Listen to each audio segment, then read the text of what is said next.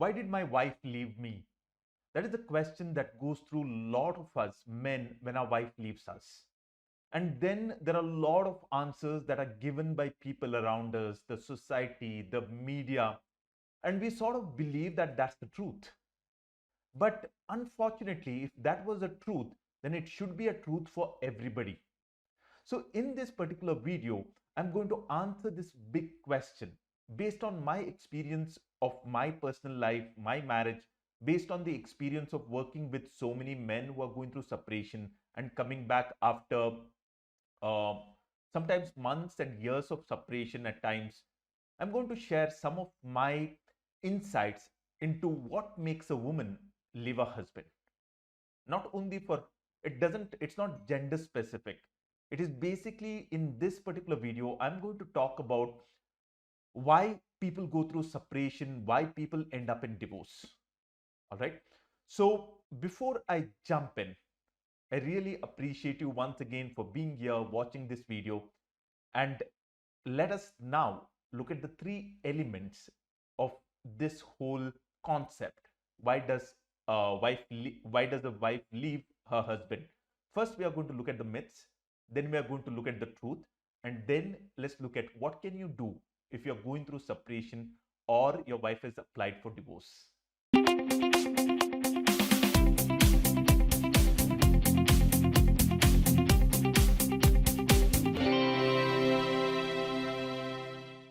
Hi, Coach Val here.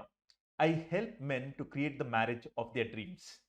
Before we jump into these three elements, that is the myths and the truths and what can you do, I want to be very clear on letting you know as we begin that this particular video and all my videos are not for those who want to prove themselves that they are right.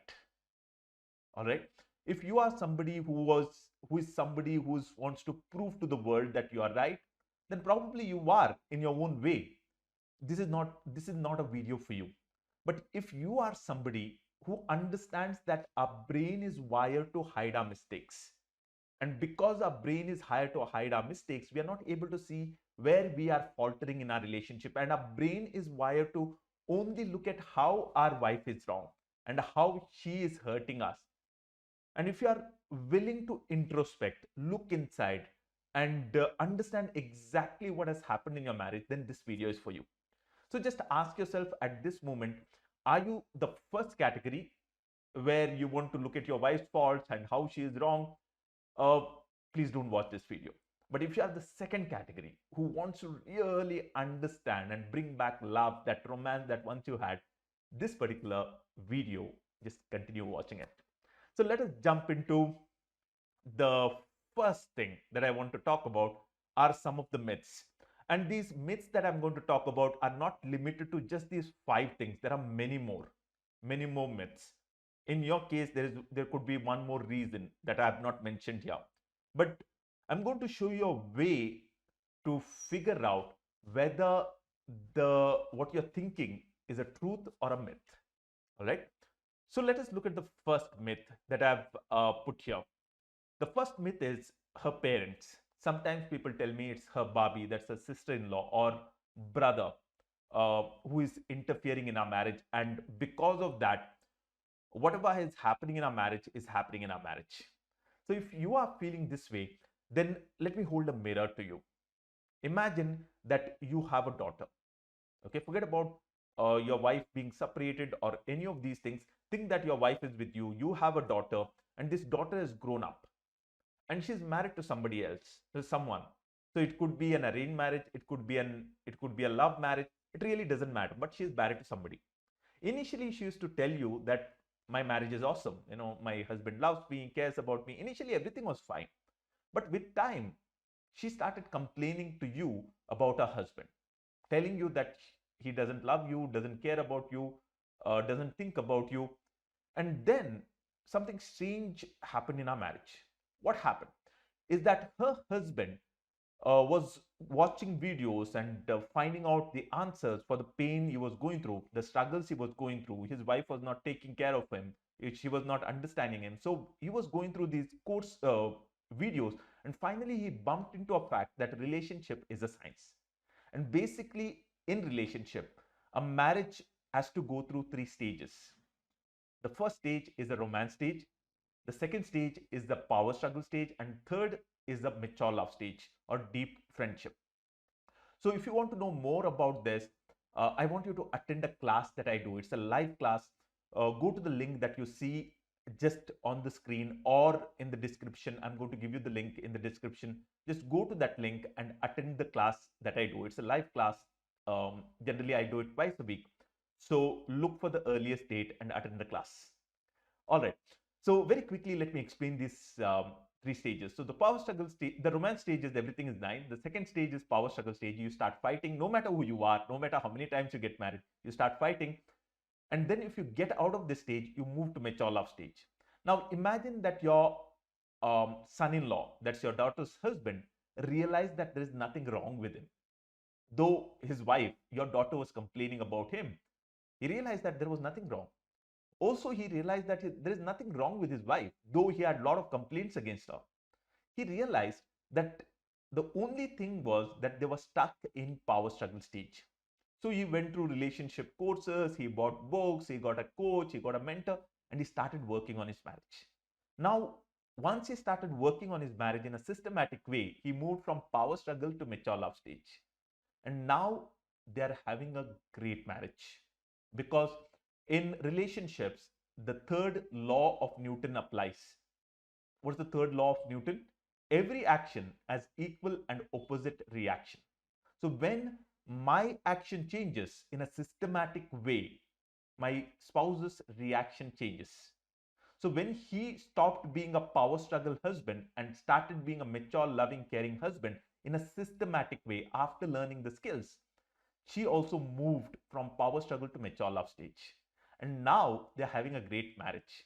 So every time, forgive me for that, every time you call her up, she says, my marriage is going great. He is loving, he is caring, he is understanding. It is an amazing, amazing life. Now, will you tell your daughter that, okay, it's enough of you having a great marriage? What you do is tomorrow onwards, fight with him. And after a month or two, you come back. Let's file some cases against him. And once we file some cases against him, false cases, let's try to get some money out. Will you tell your daughter that? No, right? No good father will tell their daughter to do this. Now, let's imagine that you are not a good father, okay? And you are telling your daughter, when she comes to Diwali, you are telling your daughter, don't go back. You know what happens?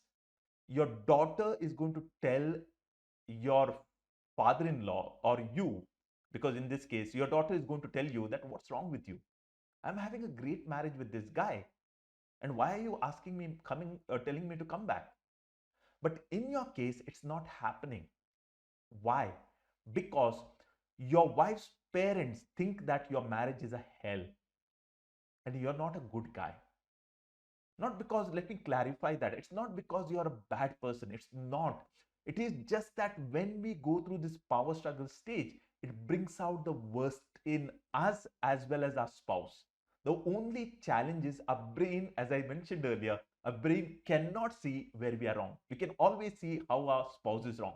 And that's exactly what is happening. So if you're thinking that uh, parents are responsible for where you are, that's not true. The truth is, like one of my mentors says this beautifully with regard to affairs. All right. I'm going to use the same thing out here as well as when I talk about affairs. He says, in this case, interference of in-laws never leads to a broken marriage. It is the broken marriage that leads to the interference of in-laws. It is just like this. When there is a crack in a relationship, then lot of things and lot of people can get in. But if there is no crack in a relationship, nobody can get in, even no matter how much they try. So the first myth is it's true that her parents are interfering, but that's not the cause. That is the consequence of the broken marriage. Once you fix that broken marriage, once you fix that gap, there's no space for them. In fact, they will start supporting you. We have men in our community where they have gone through this process of learning, understanding relationship science, started working on their marriage, and their in-laws were dead against the marriage, and divorce was the only way. But once they started changing and they met their in-laws, now in-laws are supporting them and telling them that no matter what happens, don't give divorce to my daughter. What is that shift happened? Because suddenly they saw a wonderful person in you, and that's what in that person, and that's what change brought the shift. So the first myth is, it's not her parents. Yes, the parents are interfering. It's not because, that's not the cause, that's not the problem, that's not the reason why your wife has left you. It is the result of what is happening in your marriage. The second thing is our age. That is, I'm 5 years elder than her or 10 years elder than her, and she is 15 years younger than me, or she is elder than me and I'm younger than her, and that's why we are having these problems. But 95% of the people in India marry looking at, this is one of the criterias. If not more, at least 95% of the people marry looking at the criteria of age. And those people are also going through a difficult phase in their marriage. There are separation with people who are of the same age group. So the second myth is, in your case, it is the age, but that's not the universal truth. We are going to talk about what is common in all marriages. But for the time being, I want you to understand that if you're thinking that it's age gap is the problem, then it is not true. If that was the problem, then all those people who don't have any huge age gap should have a great marriage. The next myth that I want to talk about is her qualities. That means my wife is a narcissist. That's a big word that I often hear. My wife, um, my wife is very stubborn.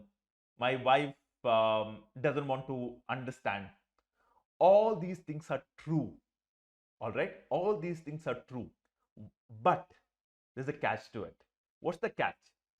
She was not like that at the beginning of the marriage. Then why has she changed? She has changed because you have changed.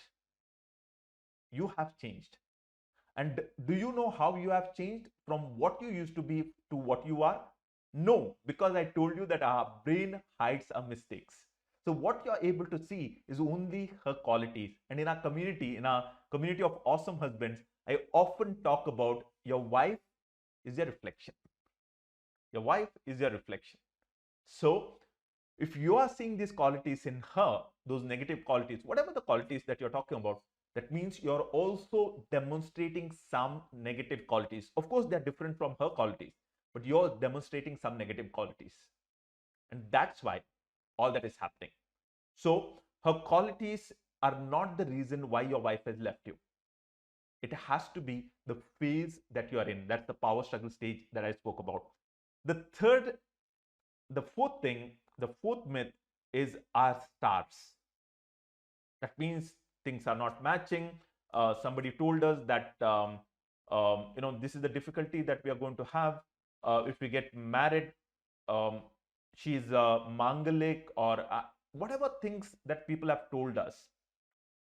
I have nothing against astrology or any of these things, but at the same time, it is just helping you to reflect. I have great regard for all these ways. But what I would like you to understand is that in our community, I ask this question: how many of you have checked?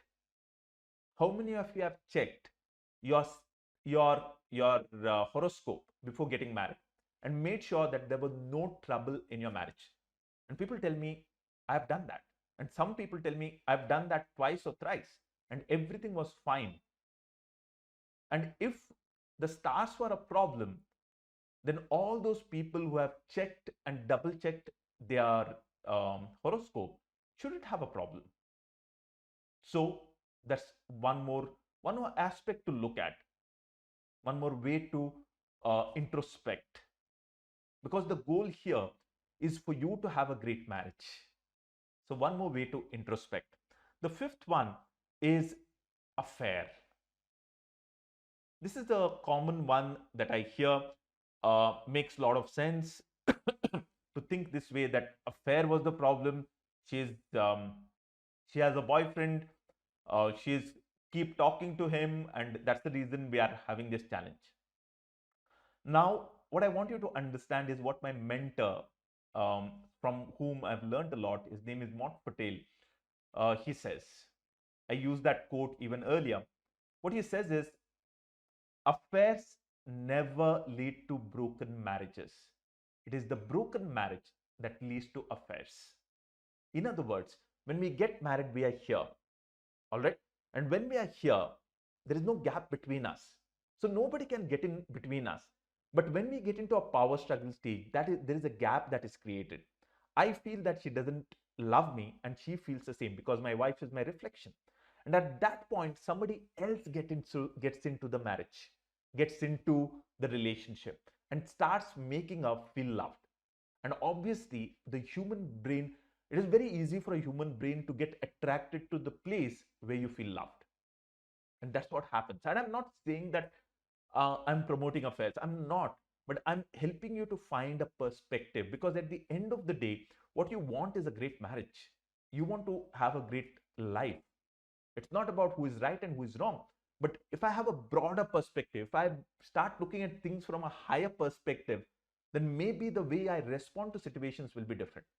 So if you are somebody who is saying the affair is the problem, then we have people in our community. There are so many men in our community, their wife is not into an affair, but they're still going through separation or they're going through divorce. So if it was true, then it has to be true for everybody, which is not. And there are many more things. Think about the reason you have why your wife left you.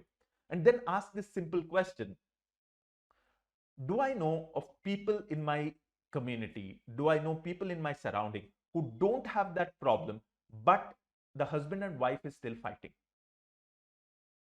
Do I know people in my community or in my surrounding who don't have that particular situation, but they are separated? And that will help you to get a perspective, because here the most important thing is to get a perspective, because once you get the perspective, then it will change the way you look at things. And one of the awesome men called Wayne Dwyer, he puts it beautifully.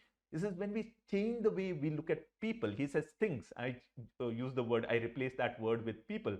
So I say, when you look at the way you look, when you change the way you look at people, the people you look at change. So that's the whole idea of doing this video. Awesome. Now let's talk about what are some of the common things that I've seen. Okay, I'm going to call it as truth, and I want you to use your own discretion and ask yourself, does it apply to you? And before I get into the truth, if you're liking this video so far, just click on that like button. If you have already learned something, you got an insight, write that insight in the comment box. And if you have not subscribed to this channel, please subscribe, because I make it a point to post a video every week. And in this video, every week when I post a video, I focus on your challenges, your struggles, your pain, the pain you're going through in your relationship. And ultimate goal is to help you to um, get out of these challenges, and finally to unite with your wife. So let us look at the truth. Let us look at the truth.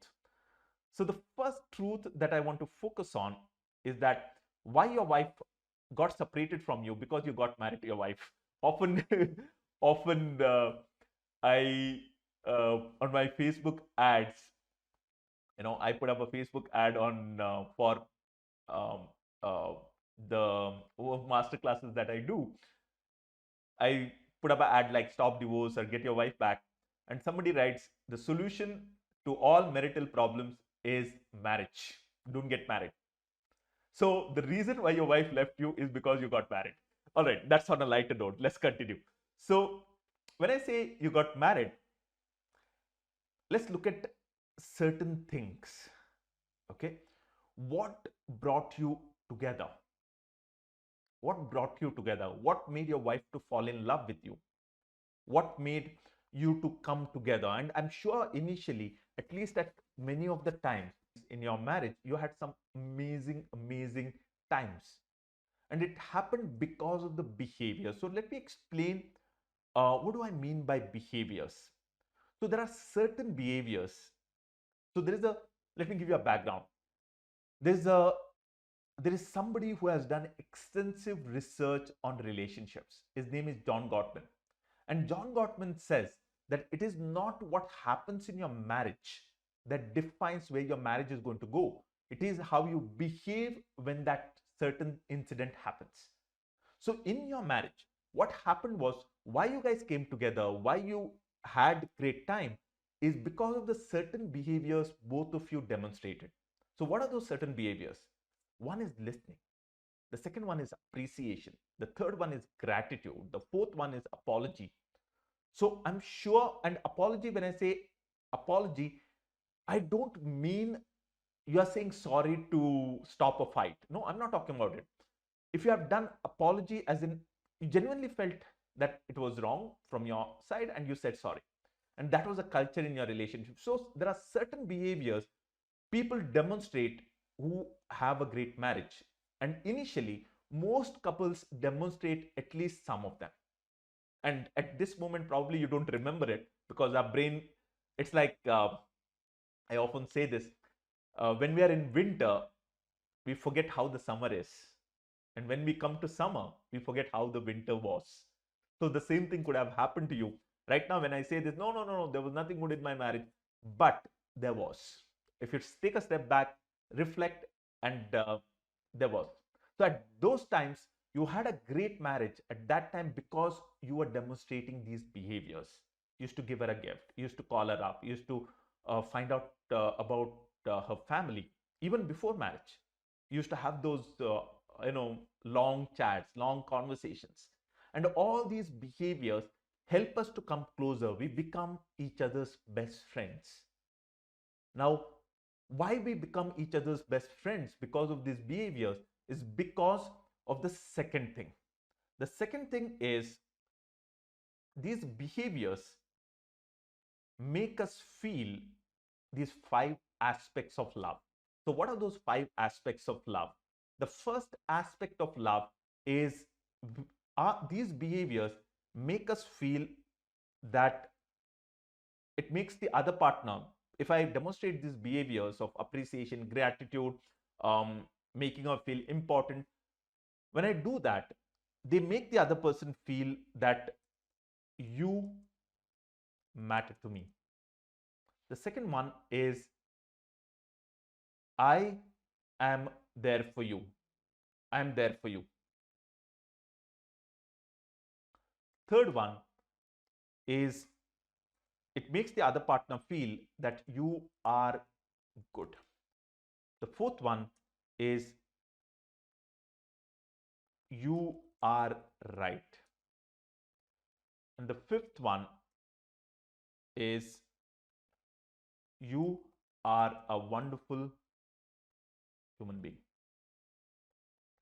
So every behavior of ours made a partner feel that these five things. You matter to me, I'm there for you, you're good, you're right, you're a wonderful human being. And when a partner feels that way, the partner also reciprocates the same way. I mentioned that every action has equal and opposite reaction. And that's what brought us closer. That's what made us get married. Maybe you don't remember it now, but I'm sorry. If you introspect or retrospect, you'll find this in your marriage. And if you have found it and you realize that, because turning our marriages, it's all about introspection, just looking inward. Okay, that's where you find the strength, that's where you find the direction. Because I believe that all the answers to your marital problems are inside you. You just need a framework. That's what I'm providing. So you got married. Now what happened is you got into power struggle stage, and when the power struggle stage escalated, you and your partner started demonstrating certain behaviors. Okay, what are those behaviors? Let's just close this. The behaviors were, the first one was criticism. Okay, And the second one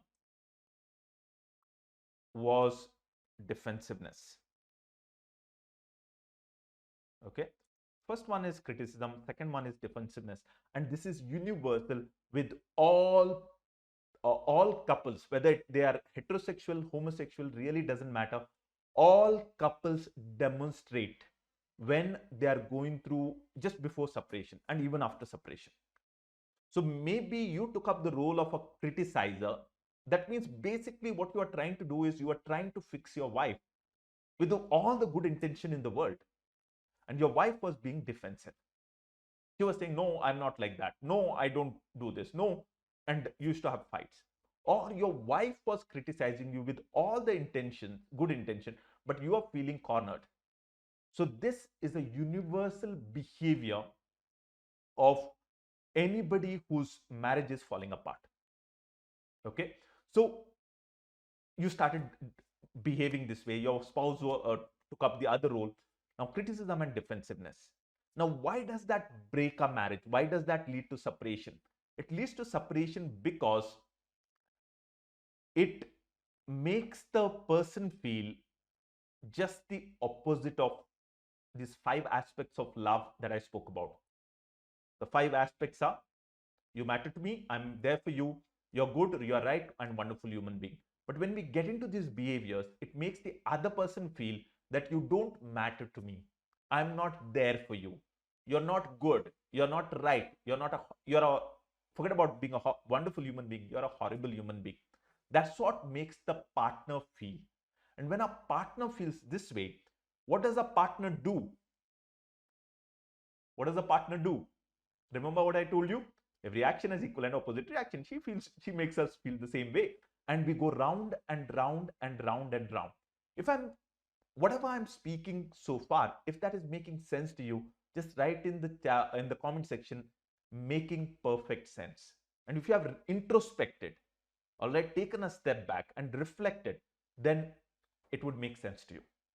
All right, because what I'm sharing with you is based on the research that is done by John Gottman on thousands and thousands and thousands of couples. In fact, he got so good at it that he could look at somebody's behavior, for couples behavior, for 8 minutes. Just the behavior, not the words, not what they were talking about, just the body language. And then he could predict which couple will be together after 5 years and which couple will divorce. And 94% of the time he was accurate. So uh, that's about separation. So even in your case, that's exactly what has happened. If I talk to your wife right now, she's going to tell me that I feel that at the end of all those complaining, she's going to tell me that I don't feel that I matter to my husband. She's going to tell me that I feel that he's not there for me. She's going to tell me that every time I talk to him, I feel that he thinks that I'm not good, I'm not right, I'm a horrible human being. She's going to tell me that either he criticizes me all the time, or anything that I say, he doesn't want to listen. And if I talk to you, you're going to tell me the same thing, because my wife is my reflection. We're reflecting back each other. Great. Now, what do you do? If you have understood so much, now what do you do? What you need to do is, if you have understood this, let us go to the next part. Okay. The next part is, what can you do? What can you do? And the answer is very similar. It is not what you say that turns your marriage around, it is what you do. The mistake that most of us men do is we talk too much. We talk too much. And we think that what we say, if we can use logic, conviction, a wife will listen to us. She'll understand that we love her, and she's going to come back.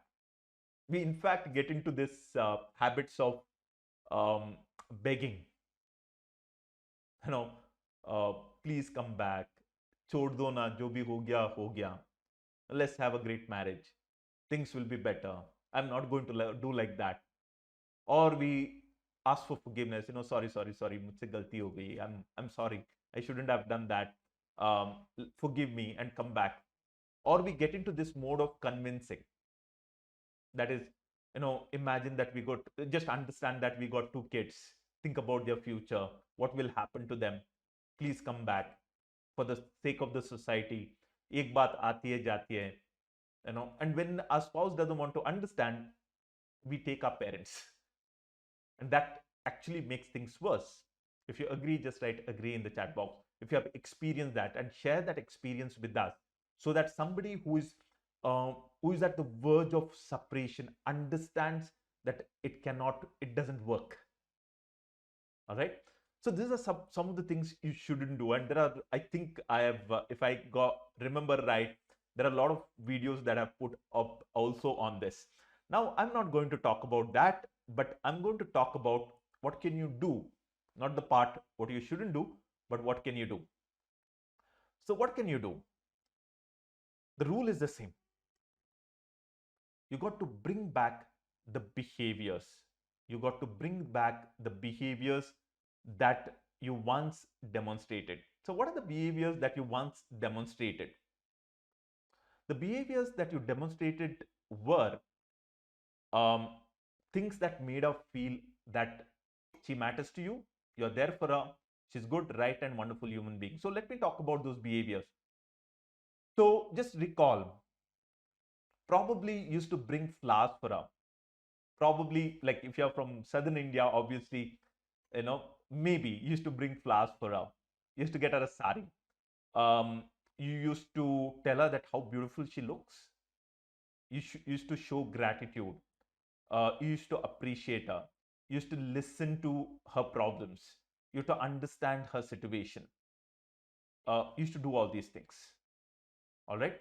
Now, and when you did that, what it used to make her feel is again those five things, five aspects of love. She used to feel that you are there for her, you matter to her, she's good, right, and wonderful human being. Now you got to start doing these things. Now I'm oversimplifying things for you at this moment. Just there are a lot more things, like there are a lot more things that needs to be done, but I'm just giving you one perspective. All right, because it's a great place to start. Now when you're doing these things, all right, it could be appreciating her, showing gratitude, and most importantly, listening to her with the, not with the understanding that she's wrong, and you're just listening to because you got to listen, but with the understanding that she's hurt. Because if my wife has applied for divorce, imagine how much hurt she must have gone through. I'm not saying you have not gone through the pain. You also have gone through the pain. I totally get it. But when we talk about our pain and we think about our pain, that will not help us to get out of the pain. It's like I'm going on a vehicle, let's say four-wheeler, and I'm stuck in a muck. And if I'm stuck in a muck, there's no point in talking about that I'm stuck in a muck. I got to do something about it. I have to be proactive. I have to take that step to get out of the muck. Correct? So the same thing applies here. I'm not saying that you're not hurt. I know that you're hurt, because in marriage, everything is mutual. Love, hatred, hurt, disappointments are mutual. But if you want to take this vehicle which is stuck in the muck of power struggle stage, then you got to start listening. And when you start listening initially, your wife is going to bombard you, because there is probably for the last 10 years, all the hurt that is collected in our mind is coming out, because probably for the first time you're listening. And when she bombards you, you'll start feeling that you're, you'll start noticing that she's feeling relaxed. And then you keep adding value to her life.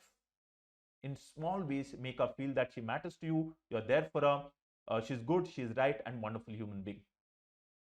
Will your wife respond in a positive way when you do this? Answer is no.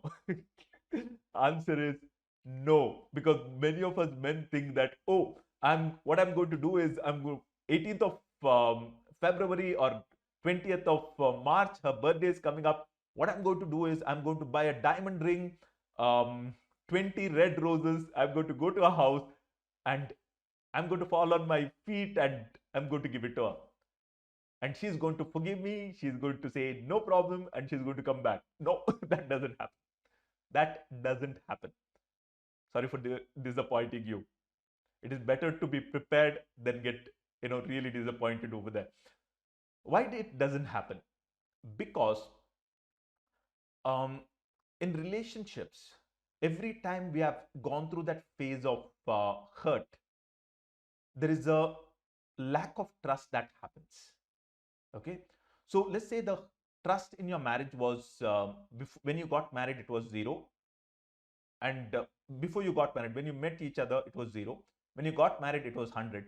And then with all these fights, arguments, and the things I told you about, it has come down to zero, and probably it has come to, most probably it has come to minus 100 or minus 1000 or minus 1 lakh.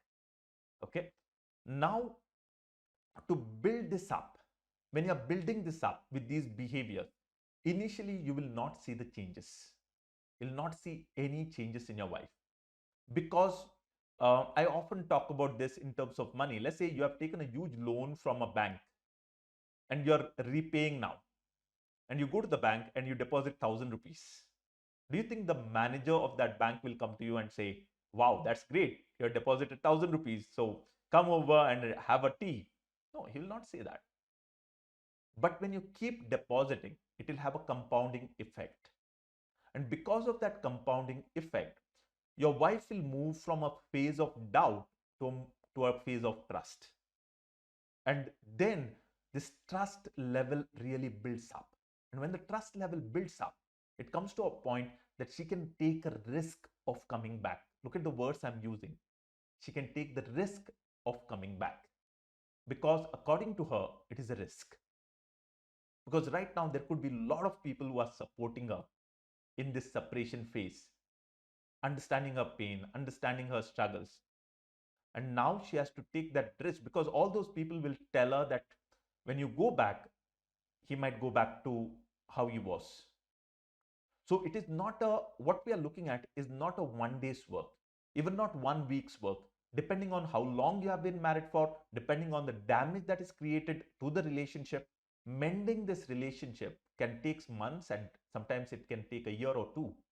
But this whole journey is worth it, because in this whole journey, you will start feeling that you're doing the right thing and you're in the right path. And you will actually start loving yourself for being that amazing person in spite of how your wife is responding to you. So that's all I wanted to talk to you in this video. I hope you got some nuggets. I hope you got some very important insights that you can implement it in your marriage. And as always, if you want to join our program and if you want me to guide you week after week in this journey of turning your marriage from where it is to an amazing marriage, to an awesome marriage, then I invite you to attend the masterclass that I'm doing. All that you have to do is go to coachval.co. That is COACHVAL, coachval.co. I'll leave the link in the description as well, all and also in the comments. So just go to that link, check out when the next masterclass is, attend the masterclass, and take action at the end of it. And if you have enjoyed this video, if you have learned new things, just write those new things in the chat box, in the comment section, so that somebody else will benefit from it. And finally, you could be the person who is not going through any challenges. And thank God that you're not going through any of these challenges in your marriage. Your marriage is awesome. It's great. It's great to have a great marriage, amazing marriage. But you might have a friend, a relative, your brother, it could be your uncle who's going through a very difficult phase in his marriage, and you genuinely want to help that person. So if you have somebody like that, just share this video or share the link to the YouTube channel so that he can go through it and get new insights. Because when you save somebody's marriage, you're not only saving somebody's marriage, you're actually helping that person with his health. Because when our marriage goes wrong, it affects our health. You're actually helping that person with his wealth, because when our marriage goes wrong, it affects our focus to work on our profession. And when you're helping somebody with their marriage, you are helping the next generation. Because the people who suffer the most when a couple goes through a separation and divorce, Of course, the couple themselves suffer, but more important than the children suffer even more. So you're actually helping a child to have a great childhood. So please go ahead, share this video with somebody who might benefit from this. And if you have not subscribed to this channel, if you have not pressed that like button, if you have not pressed that bell icon, go ahead, do that, so that the next video when I post it, you are the first one to watch it. So that's all from my side, gentlemen. Thank you for watching this. Have a uh, have a wonderful, wonderful day.